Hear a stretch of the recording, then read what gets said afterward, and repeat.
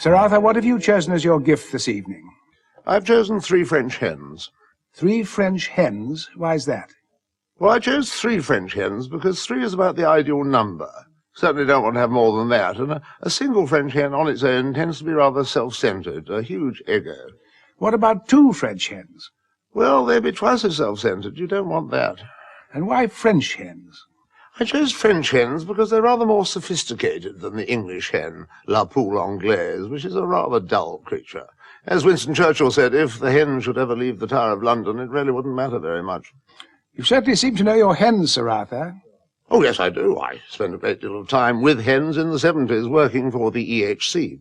The European Hen Commission. That's right, yes, in Brussels. It was our task to arrive at the single European hen. A hen combining all the good features of the individual national hens. The Italian hen, for example, has a lot to contribute. What in particular? The Italian hen, its swagger, its braggadocio.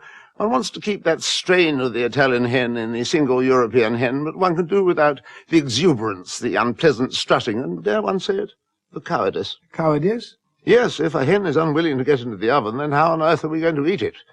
The SEH is one which is self-defeathering, one that comes without a great song and dance, molts neatly into the nearest bowl, and jumps into the microwave. With a swagger? No, we don't want it swagger again, for heaven's sake, nor do we want it entering so meekly, so despondently, that we feel sorry for it.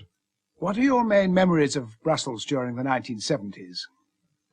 Well, there's a lot of hard work involved, of course. Committee meetings, endless committee meetings. For example, it took 7 years of committee meetings before they could agree on a venue for the committee meetings. The only thing we all agreed on was it shouldn't be Brussels. So naturally, Brussels became the compromise choice. Did you like Brussels? My attitude was very much, when in Brussels, do as the Belgians do, leave as soon as possible. Brussels can be a lonely place if you're completely on your own. Does Brussels have much nightlife? The nightlife in Brussels is very similar to the day life, but a bit darker and nothing's open. A sort of less hectic Luton. A little dull? Yes, but there is another side to Brussels. And if you get to know the right people, you can get to see the pulsating underbelly of the city. Seedy bars, garish strip joints, sumptuous brothels, and, of course, the National Railway Museum. Very much Graham Greene territory.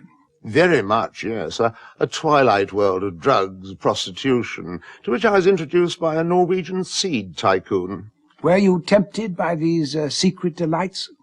Not really. I'm a straightforward geranium man myself, and, of course, a few busy lizzies scattered here and there. No, I mean the Belgian underbelly, the teeming nightlife.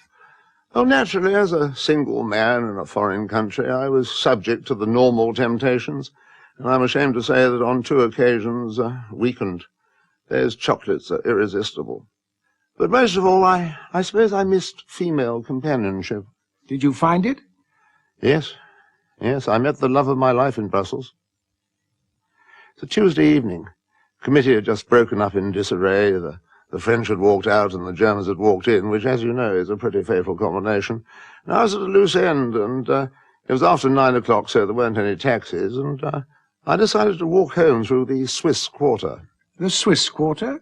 Yes, not a safe place for the casual visitor after dark. But I was feeling rather restless, and as I was passing by the notorious Toblerone complex, I saw a girl huddled in the doorway.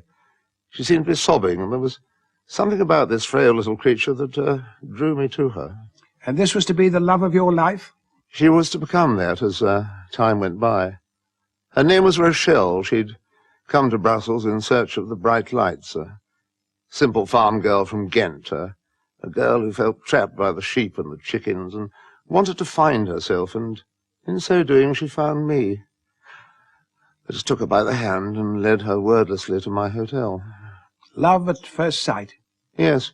When we got to the room, I could see that she was a little overawed by the surroundings. I expect it was the first time she'd seen furniture. So to put her at her ease, I bawled out some Nesquik and started to tell her a little about myself. I brought her up to date about all the latest fracas with the Dutch and the infighting between the Spanish farmers and the Finns, and I was just explaining the ramifications of the community potato policy when I saw that her cup was empty. I went to the kitchenette and prepared another Nesquik, and when I returned, she was She was gone. So you never saw her again? Not as such. Thank you, Sir Arthur. A very moving story. Yes, Rochelle. Or was it Michelle? No, Rochelle, that's the chap.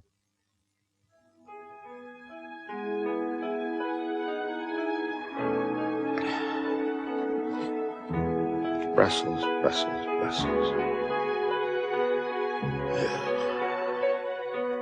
Oh, what's past is past. And what's to come, with a bit of luck, won't happen.